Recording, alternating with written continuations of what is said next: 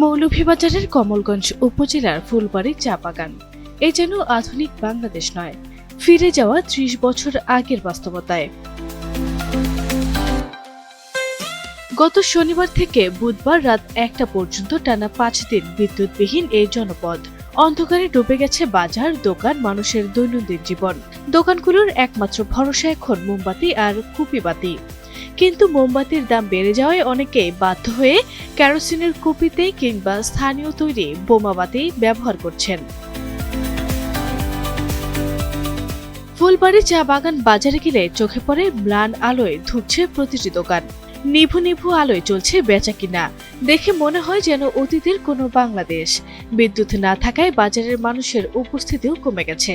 যারা আসছেন দ্রুত প্রয়োজনীয় জিনিস কিনে ফিরে যাচ্ছেন নিজেদের ঘরে।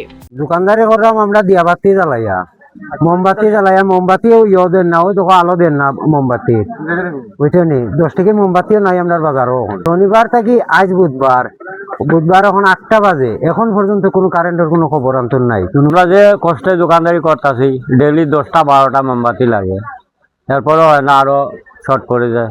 একটা মোমবাতির দাম 10 টাকা আসলো, এখন 12 টাকা। কারেন্ট নাই গিয়া 2 টাকা বাড়াইছে, নাই 250 টাকা বেচা কিনা হয়। এই আলোতে চললাম। শনিবার থাকি আজকে বুধবার রাত 8টা বাজে গেছে, এখন পর্যন্ত কারেন্ট নাই। কিভাবে আমরা দোকানদারি করতাম, বাচ্চা কাচ্চা লইয়া বাড়ি ঘরে চলাফেরা করতেও অনেক কষ্ট হয়ে যায় আমরা।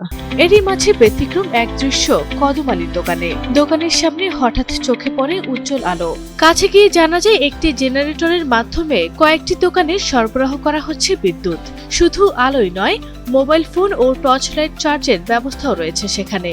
প্রতি মোবাইল চার্জে নেওয়া হচ্ছে 20 টাকা। মোবাইল চার্জ দিতেছি 200 থেকে 250 মোবাইল এই পর্যন্ত আমি চার্জ দিতেছি। আর প্রতিটা মোবাইল 20 টাকা করে নিতেছি আমি, ঠিক আছে, কিন্তু মোবাইল চার্জ অনুযায়ী কিন্তু আমার হইতেছে না, বুঝতেছে না, কারণ জ্বালানির খরচটা বেশি হয়ে যাইতেছে। লাইট অনেকগুলো চার্জ দিতেছি, কালকে আমি দিতে পারবো কিনা তা আমি নিজেও জানি না, কারণ আজকে আমার কাছে আমার সাইকেলে যা ছিল জ্বালানি আমি সবগুলাই শেষ করে দিচ্ছি। কালকে দিতে পারবো কিনা আমি নিজেও জানি না আসলে।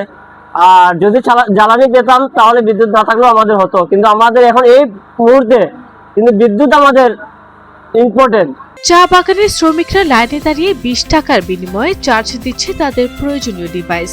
অন্ধকারের মধ্যেও এই যেন ছোট্ট এক আশার আলো। তবে প্রশ্ন থেকেই যায়, কবে ফিরবে স্বাভাবিক বিদ্যুৎ ব্যবস্থা? ফুলবাড়ী চা বাগানের মানুষের এই দুর্ভোগ আর কতদিন চলবে সে উত্তর এখনো অজানা।